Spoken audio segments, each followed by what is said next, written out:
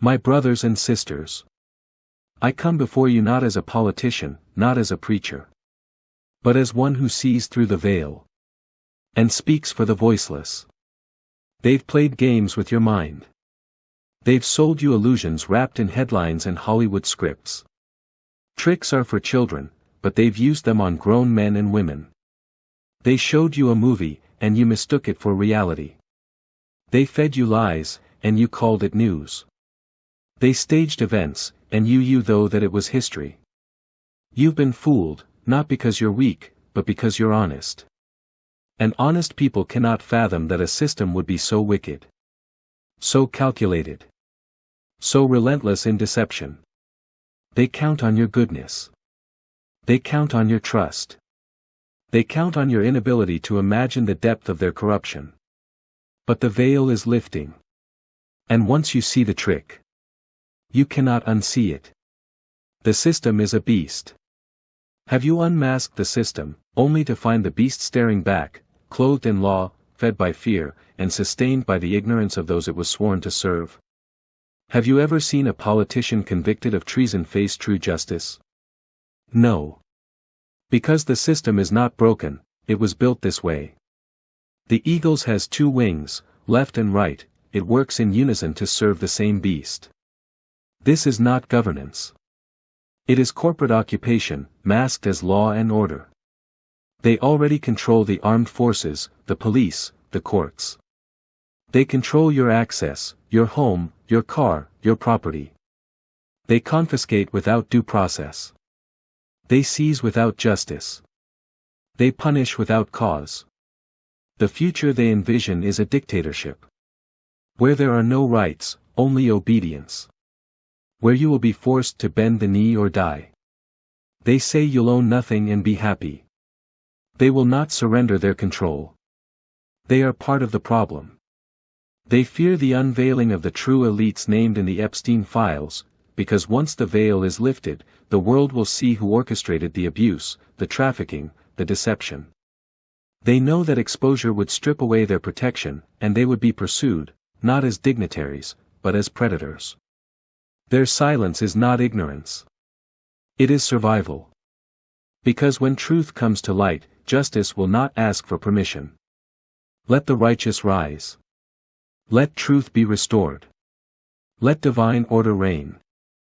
For if we do not act now, there will be no future worth living. Let the revolution begin, of the mind, of the spirit, of the righteous way. So I say to you now, this is not the time for silence. Not the time for fear. Not the time for waiting on corrupt systems to fix themselves. This is the time for truth. The time for courage. The time for righteous revolution, not of violence, but of the mind, the spirit, and the way we live. If we do not rise, our children will inherit chains disguised as comfort, and obedience disguised as peace. But if we stand together, speak boldly, and walk in truth, we will restore what was stolen. We will reclaim what was hidden. And we will remind the world that the righteous do not bow, they rise. They distract you with psyops, false flags, and scripted illusions. They do not govern, they puppet. They do not protect, they harvest. They poison our food. They prescribe medicine that kills and does not heal. They design products to break so you stay working. They arrest you for non-compliance, then stack charges to justify their abuse. They make you wear masks, inject toxins, and call it health. They do not serve you, they harvest you. The courts are administrative, not constitutional. Not based in law. Lawyers serve the system, not the accused. They speak a different language, they don't just lie to us. They encode the lie in language itself, using legal terms and scripted phrases to confuse, control, and make us believe we consented to our own enslavement. Codes meant for government employees are weaponized against sovereign heirs. The elite understand, the Supreme Court knows. The judges know. And yet, they remain silent. When those in high authority remain silent while injustice unfolds, it is not neutrality, it is complicity. Their silence protects the abuser and abandons the oppressed. In law, silence can imply consent.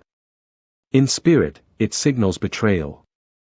So when judges, leaders, and institutions witness wrongdoing and say nothing, they are not blind, they are part of the design. The system protects itself, not the people.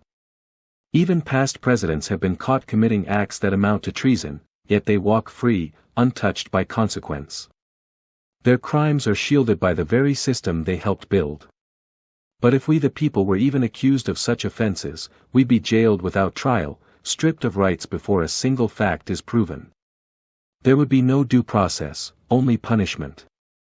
This is not justice.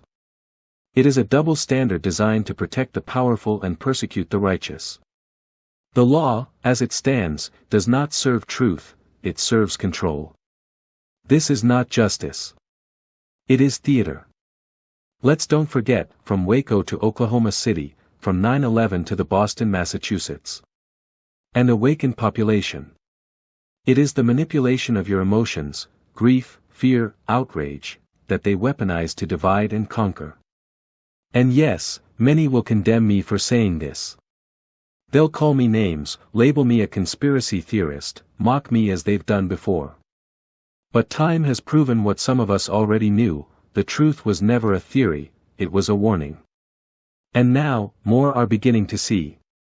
The reason so many have been fooled is not because they are weak, but because they are honest. And honest people cannot fathom that a system would be so wicked, so calculated, so willing to harm its own. It is hard to fathom. But once you see it, you cannot unsee it. The spiritual war. Every week, a new distraction. Every month, a new lie. Every year, a new war. They kill in the name of peace. They destroy in the name of democracy. They brand, track, and silence the people. They flaunt their rituals. They mock truth with cartoons and predictive programming. They stage chaos like a movie trailer. They pay actors. They write scripts. And the world watches, unaware. This is not entertainment. It is ritual. The righteous wait. They fear mistakes. They fear condemning evil. But fear is the devil's greatest weapon. The illusion of freedom. They say you have freedom of speech. They say your voice matters. They say you are heard. But it is all illusion. They deploy fact-checkers to erase truth from the internet. Not to verify, but to sanitize. Anything that challenges their narrative is labeled misinformation.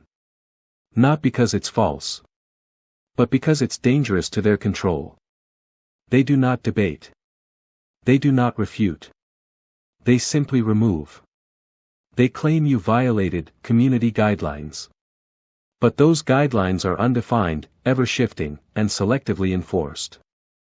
They block your view. They shadowban your voice. They silence dissent. All while pretending to protect you. They harass those who challenge their views. They target those who stand up for freedom, for rights, for truth. And they mock us with boldness and control. Saying it is, for the good of society.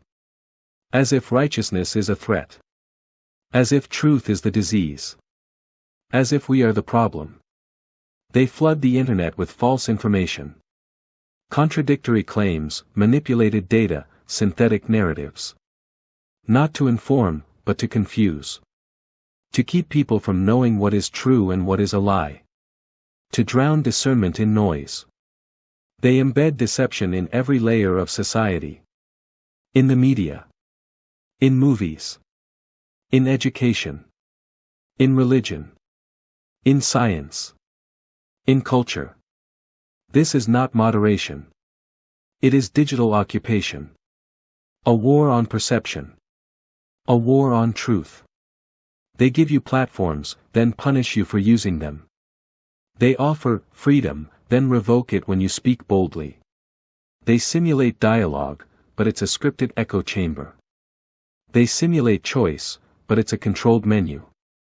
They simulate democracy, but it's a rigged ritual. The illusion is the weapon.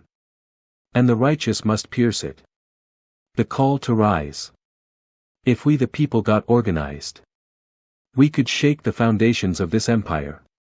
We could expose the fraud, reclaim our birthright, and restore divine order.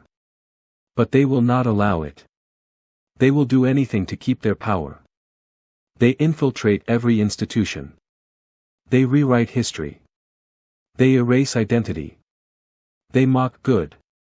So what must be done? We must reclaim our lawful standing, not as corporate citizens, but as divine heirs.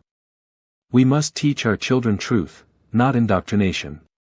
We must speak boldly, act righteously, and refuse to comply with evil. We must remember who we are, sovereign, spiritual, eternal. And above all, we must educate. They established in 1984 Chevron doctrine to shift power away from the people and into the hands of unelected agencies, so they could rewrite the meaning of law without accountability. It was never about clarity.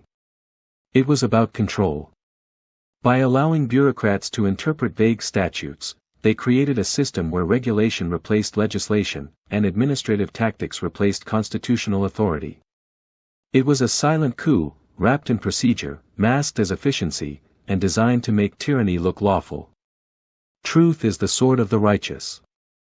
True knowledge is the key to freedom. Let the people learn the law, the Constitution, and the spiritual truth of their existence. Let juries find the innocent not guilty. Let communities send a message. This system must change.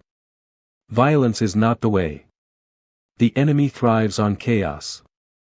But peace, truth, unity, and love. These are weapons they cannot defeat. The righteous must rise. Not with fists, but with wisdom. Not with rage, but with resolve. Not with bloodshed, but with light.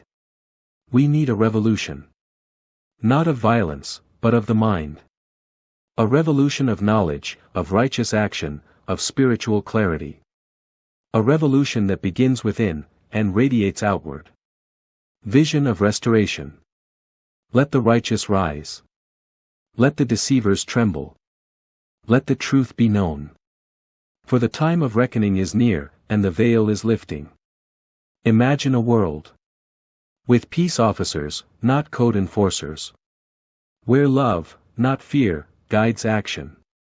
Where every soul is honored as a divine reflection. Where justice restores, not destroys. Where education uplifts, food nourishes, and medicine heals. Where technology serves humanity, not monitors it. Where the Constitution is upheld, and Elohim reigns in the hearts of the people. Where children grow sovereign, sacred, and free. Where elders are honored, families are strong, and nations are at peace. Where war is no longer a business, and peace is no longer a slogan. Where the veil is lifted, and the truth is known. This is not fantasy. This is the way it was meant to be. Anything less is tyranny. Anything else is a dictator's illusion, a corporate agenda, a system out of control. To accept less is to betray the divine blueprint. To comply with less is to surrender to deception. Final warning. If the people do not take a stand, if we remain silent, passive, and afraid, then our children, our grandchildren, and all future generations will inherit a world not of freedom, but of servitude. A world like the movies have shown, Hunger Games made real. Where the elite rule from towers, and the rest are numbered, tracked, and controlled. Where only their families thrive, and all others are enslaved. Where illusion is used to pacify the masses.